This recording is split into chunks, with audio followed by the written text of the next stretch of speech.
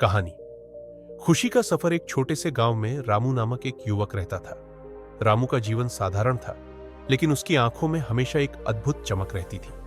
गांव के लोग उसे खुशमिजाज समझते थे, क्योंकि वह हमेशा हंसता और दूसरों को खुश रखने की कोशिश करता था। लेकिन रामू के दिल में एक गहरा रहस्य छुपा था। रामू की मां हमेशा कहती थी, बेटा, असली खुशी तो तब मिलेगी जब तुम दूसरों की खुशी का ख्याल रखोगे।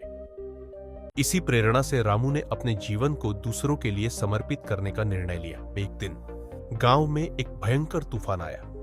कई लोगों के घर तबाह हो गए और गांव के कई लोग बेघर हो गए।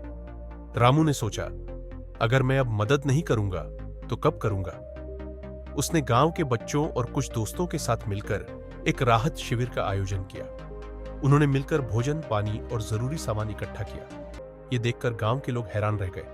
रामू की कोशिशों से न केवल जरूरतमंदों की मदद हुई, बल्कि गांव में एक नई ऊर्जा भी आई। सबने मिलकर काम किया और इस अनुभव ने रामू को सच्ची खुशी का एहसास कराया। कुछ समय बाद गांव में एक बड़ी समस्या सामने आई। गांव के एक किसान हरिदास की फसल बर्बाद हो गई थी।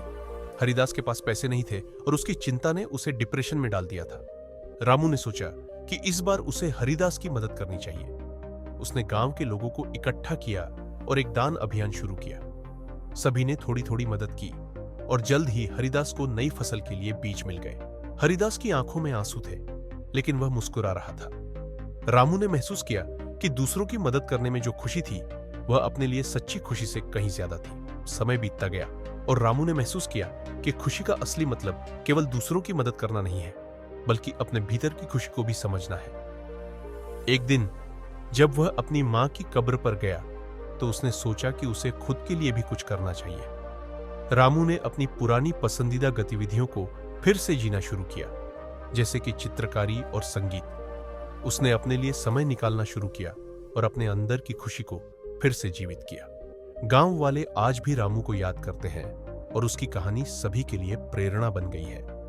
वह सिखाता है कि खुशी का असली रहस्य न केवल दूसरों में, बल्कि खुद में भी है। इस प्रकार रामू ने यह साबित किया कि खुशी एक सफर है, जो हमारे दिल से शुरू होता है और दूसरों के दिलों तक पहुंचता है।